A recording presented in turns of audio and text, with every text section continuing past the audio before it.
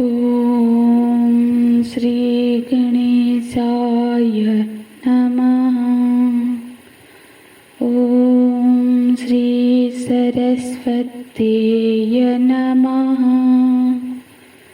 ओम श्री गुरुभ्यो नमः।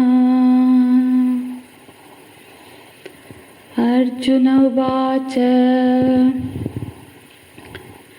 कथं भीष्ममहं संख्ये द्रोणं च मधुसूदन इषुभिः प्रतियोत्स्यामि पूजार्हा वरिसूदन गुरून् हत्वा हि महानुभावान् श्रेयो भोक्तुं भैक्यमपीह लोके हत्वार्थकामांस्तु गुरूनिहैव भुञ्जीय भोगान् रुधिरप्रदिग्धान् भुञ्जीय भोगान् रुधिरप्रदिग्धान्।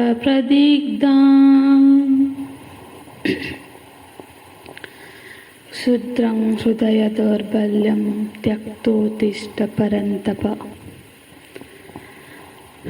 भगवान के ऐसे वचन सुनकर अर्जुन जी सोच में पड़ जाते हैं और भगवान से पूछते हैं कि भगवान, अपने गुरुजनों के प्रति आदर का भाव रखना, अपने गुरुजनों के प्रति सम्मान का भाव रखना, ये भला कैसे हृदय का दौर्बल्य होगा, ये कैसे हृदय की कमजोरी होगी? क्योंकि शास्त्रों में तो हमने यही पढ़ा है कि बड़ों के प्रति आदर का भाव होना चाहिए, उनके प्रति सम्मान का भाव होना चाहिए। असल में ऐसा नहीं है कि अर्जुन जी भगवान की बात को स्वीकार नहीं कर रहे हैं, वो उसको समझ नहीं पा रहे हैं। तो यहाँ पे वो फिर प्रश्न करने के शैली में पूछते हैं, बोलते हैं, भगवान कथं भीष्ममहं संख्ये द्रोणं च मधुसूदन। भगवान, यहाँ पे भगवान को अर्जुन जी दो नाम से संबोधन करते हैं, हे मधुसूदन, अरिसूदन।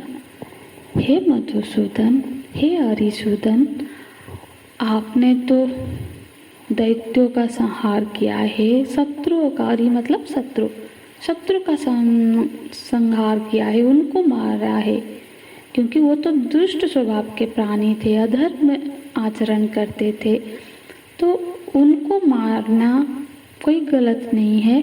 पर मेरे सामने तो पितामह भीष्म है, द्रोणाचार्य जी है, कृपाचार्य जी है, और ये कोई दुष्ट नहीं है, ये तो श्रेष्ठ पुरुष है, इनका मैं कैसे वध करूं? कथम, तो यहाँ पे बोलते हैं, पूजा हा वरिसूदना। ये जो गुरुजन है, गुरुन, तो ये जो हमारे गुरुजन है, जो भीष्म पितामह है, जो द्रोणाचार्य जी है, ये द्रोणं च भीष्मं च अहं संख्ये इषुभिः प्रति कथं योत्स्यामि। क्योंकि ये कैसे है, ये पूजार्हा, पूजा के योग्य है, ये द्विवचन में है, क्योंकि यहाँ पे भीष्मं च द्रोणं च, ये दोनों के प्रति संबोधन है, दोनों के प्रति बोल रहे हैं कि ये दोनों तो पूजा के योग्य है। मेरा तो कर्तव्य ये है कि मैं इनके चरण की सेवा करूं, पाद प्रक्षालन करूं, और आप कहते हैं कि संख्ये युद्ध में, युद्ध स्थल पर इषुभिः माने तीर से, तीर के द्वारा योत्स्यामि, मैं इनका छेदन करूं, उनका वध करूं। कथम, ये मैं कैसे करूं भगवान? जो महापुरुष पूजा के योग्य है, उनके प्रति मैं तीर का संधान करूं, उनका वध करूं, ये कैसे हो सकता है? ये जो भीष्म है, द्रोण है, ये पूजा के योग्य है, मेरे वध न करने के योग्य है, और मैं तीर से इन पर प्रहार कैसे करूं? ये अर्जुन जी का विचार है। तो फिर बोलते हैं भगवान, आपके कहने के बावजूद भी मेरे मन में ये स्वीकृति नहीं हो पा रही है कि महानुभावान गुरून् हत्वा ही महानुभावान। ये जो महानुभाव गुरून् अहत्वा, यहाँ पे विच्छेद कर देंगे तो अहत्व हो जाएगा। तो ये गुरु जो कैसे है, ये जो गुरु है, गुरुन बहुवचन में है, मतलब भीष्म जी, द्रोण, भीष्म पितामह, द्रोण, कृपाचार्य, ऐसे बहुवचन में है। ये हमारे गुरुजन तो महानुभाव है। हाँ, इसीलिए महानुभावान गुरुर अहत्वा ही मतलब निश्चित भाव से। इसीलिए अपने इन महान गुरुजनों की हत्या ना करके इह लोके भैक्यो भोक्तुम श्रेयो, तो इनकी हत्या ना करके इस इहलोक में, इस लोक में अपने गुरुजनों की हत्या ना करके भिक्षा मांग करके भिक्षाजीवी बनना ज़्यादा श्रेयस्कर मालूम पड़ता है। क्योंकि भोक्ष्यम भोक्तु अपि श्रेयः, भिक्षा मांगने की जरूरत क्यों पड़ेगी? तो बोलते हैं गुरुन् अहत्वा, क्योंकि युद्ध में तो निश्चय ये है कि यदि हमने युद्ध किया तो हमको इनकी हत्या करनी पड़ेगी, और गुरुजनों की हत्या नहीं करने का उपाय है कि हम ये युद्ध ही ना करें, क्योंकि ये जो सारे गुरुजन हैं ये महानुभावान है।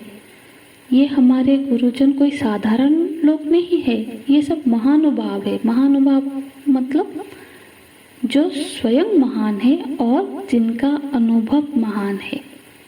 तो ये कोई साधारण लोग नहीं है, ये इनका अनुभव अत्यंत महान है, बड़ा है। ये जो हमारे भीष्म पितामह है, ये तो धरती के आभूषण है। ये जो हमारे आचार्य है वो तो समाज के लिए अत्यंत जरूरी है, क्योंकि ये अत्यंत श्रेष्ठ शिक्षक है। और इनकी हत्या करे, ऐसे महापुरुषों को, ऐसे गुरुजनों की हत्या करने से श्रेयस्कर है कि मैं भिक्षा मांगकर जीवन यापन करूं। हालांकि अर्जुन जी जानते हैं कि भिक्षा जीवन उनके अधिकार नहीं है भिक्षा मांगने का, क्योंकि एक तो अर्जुन जी क्षत्रिय है और दूसरे गृहस्थ है, तो उनका अधिकार भिक्षा मांगने का नहीं है, क्योंकि ये स्वधर्म नहीं है उनके लिए। तो जो स्वधर्म का पालन नहीं करेगा तो उसके लिए, अर्जुन जी के लिए भिक्षा मांगना अधर्म होगा। तो क्योंकि भिक्षा का जो अधिकार है वो 3 जन को होता है। एक तो ब्रह्मचारी को भिक्षा मांगने का अधिकार है, सन्यासी को भिक्षा मांगने का अधिकार है, और ब्राह्मण को, जो कि वही ब्राह्मण भले ही वो गृहस्थ हो ब्राह्मण है, पर यदि उसका जीवन लोक कल्याण के लिए है तब उसको भिक्षा मांगने का अधिकार है। तो इन तीनों के अलावा बाकी किसी को भिक्षा का मांगने का अधिकार शास्त्र नहीं देता है। तो फिर अर्जुन जी, इवन कि जो वानप्रस्थी होते हैं उनको भी भिक्षा का अधिकार शास्त्र में नहीं दिया है। तो अर्जुन जी को भिक्षा मांगने का अधिकार नहीं है। हाँ, पर वही अर्जुन जी यदि सन्यास बन जाएंगे, सन्यास ग्रहण कर लेंगे, तो वो भिक्षा जीवन अपना सकते हैं, क्योंकि फिर कोई वर्ण का, सन्यास का कोई वर्ण का पाबंदी नहीं होता है। तो अर्जुन जी भी ये बात जानते हैं कि यदि मैं भिक्षा जीवन जीता हूँ तो ये अधर्म होगा। पर यहाँ पे फिर भी वो बोल रहे हैं कि मैं अपने स्वधर्म का भी त्याग करके अधर्म रूपी यदि दर दर भिक्षा मांगूंगा वो भी मेरे लिए कल्याणकारी होगा, क्योंकि यदि इससे मुझे गुरुजनों की हत्या के पाप से मैं बच जाता हूँ तो बोलते भगवान, यदि युद्ध होगा गुरुजन की हत्या करके, युद्ध होगा तो हत्या करना पड़ेगा, और हत्या करके हमें जो ऐश्वर्य प्राप्त होगा, जो भोग प्राप्त होगा, जब हम उसका भोग करेंगे तो फिर हमें ये एहसास होगा कि ये जो भोग हमें प्राप्त हुआ है ये तो हमारे गुरुजनों के रक्त से सींचा हुआ है, सराबोर है। क्योंकि गुरुजन की हत्या की कीमत पर हमें ये भोग मिलेगा। इसलिए बोलते हैं हत्वा हत्वार्थ कामास्तु गुरुनि हैव। तो यहाँ गुरु न हत्वा, वहाँ था गुरु अहत्वा, गुरुओं को ना मार के व्याख्या उससे श्रेष्ठकर है कि हम भिक्षाचारी जीवन जिए। पर यहाँ बोलते हैं गुरु को मार के, गुरुजनों की हत्या करके यदि हम ये सब मिल भी जाए, हमें गुरुजनों की हत्या करके जो भोग हमको मिलेगा वो भोग कैसे होगा? रुधिर प्रदिग्धान, वो सब भोग रुधिर प्रदिग्धान, वो भोग खून से सने हुए होंगे। और वो भोग के और कैसा होगा? अर्थ कामांस्तु, अर्थ और काम से जो प्रदान करने वाला भोग है। तो इस ये लोक में गुरु प्रदित अर्थ काम को भोग, मतलब काम और अर्थ को रूपी ये जो विलास के रूप में, अर्थ के रूप में जो भोग प्राप्त होगा वो तो खून से सना हुआ होगा। इसीलिए मुझे लगता है कि गुरु अहत्वा यह लोक में भक्ष्यम अपि भोक्तुम अपि श्रेयः। इसीलिए तो युद्ध न करके मेरे लिए अधर्म रूपी भिक्षावृत्ति भी श्रेयस्कर लग रहा है। असल में जब युद्ध खत्म हुआ उससे कोई भी प्रसन्न नहीं था उस समय। महाराज युधिष्ठिर उसके बाद कई दिनों तक अत्यंत ग्लानि से भरे हुए रहे। तो ये युद्ध का परिणाम ऐसा था।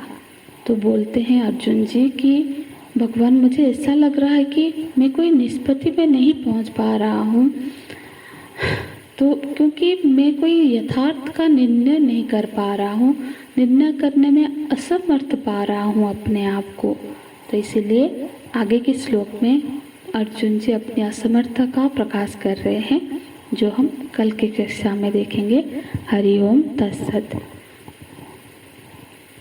ओम पूर्णमदः पूर्णमिदं पूर्णात् पूर्णमुदच्यते पूर्णस्य पूर्णमादाय पूर्णमेवावशिष्यते। ओम शांति शांति शांति। हरि ओम। श्री गुरुभ्यो नमः। हरि ओम।